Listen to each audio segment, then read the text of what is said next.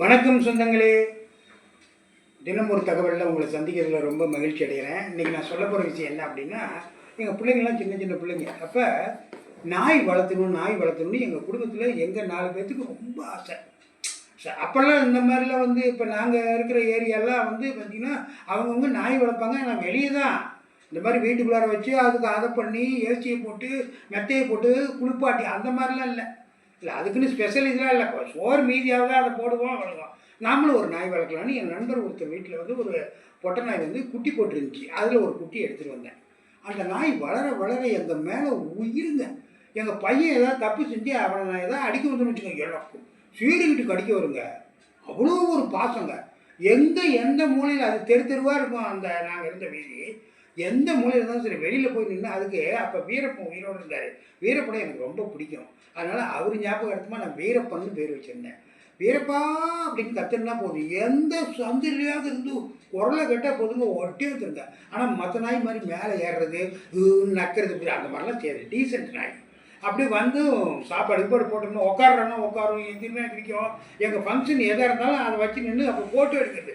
ஃபோட்டோலாம் அதில் நிறைய ஃபோட்டோலாம் அந்த நாய் எங்கள் இதில் கலந்துக்கிச்சிங்க. உயிரை கொடுத்து உயிருக்கு உயிராக வளர்த்துனாங்க.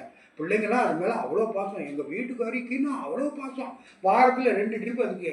நாங்கள் குளிக்கிற சோப்புலேயே ஒரு துண்டு சோப்பு வாங்கி வச்சுக்கிட்டு அதுலேயே நல்லா தண்ணியை ஊற்றி விட்டு சுத்த பத்தமாக அதுக்கு இந்த உண்ணின்னு ஒன்று இருக்கும் காதுகிட்டே இருக்குங்களா, அதெல்லாம் எதுவும் இல்லாத அளவுக்கு மண்ணெண்ணெயை அது உடம்புல பூரா தடவி நல்ல ஷாம்பு போட்டு அதை குளிக்க வச்சு ரொம்ப பராமரிப்பாக அவ்வளோ இதாக வளர்த்துனாங்க.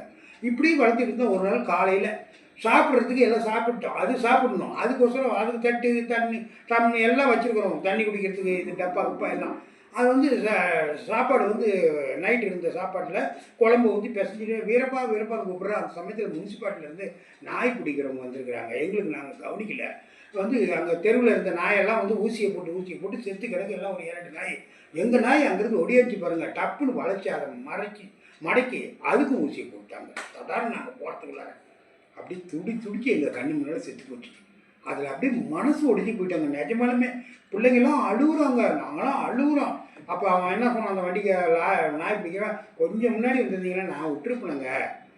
எங்களுக்கு என்னங்க தெரியும், தெருவில் இருக்கிற நாயெல்லாம் கொள்றதுக்கு தான் எங்களுக்கு உத்தரவுங்க அப்படின்னு சொல்லிட்டாங்க. அப்படியே மனசு உடஞ்சி போயிட்டோம். அதுலேருந்து நாயே வளர்த்தக்கூடாது அப்படின்ட்டு தான் இந்த ராஜபாளையத்து நாயை இப்போ எங்கள் பையன் வாங்கிட்டு வந்தான். அது வீட்டுக்கு ஏற்ற நாய் இல்லை. தோப்பு துறவு வாய்க்கா வயல் இந்த பக்கம் இருந்தோம்னா ஒரு சின்ன எலி கூட உள்ளார வர முடியாது. அதனால் நாளைக்கு வேறு ஒரு தகவலில் உங்களை சந்திக்கிறேன். பாய்.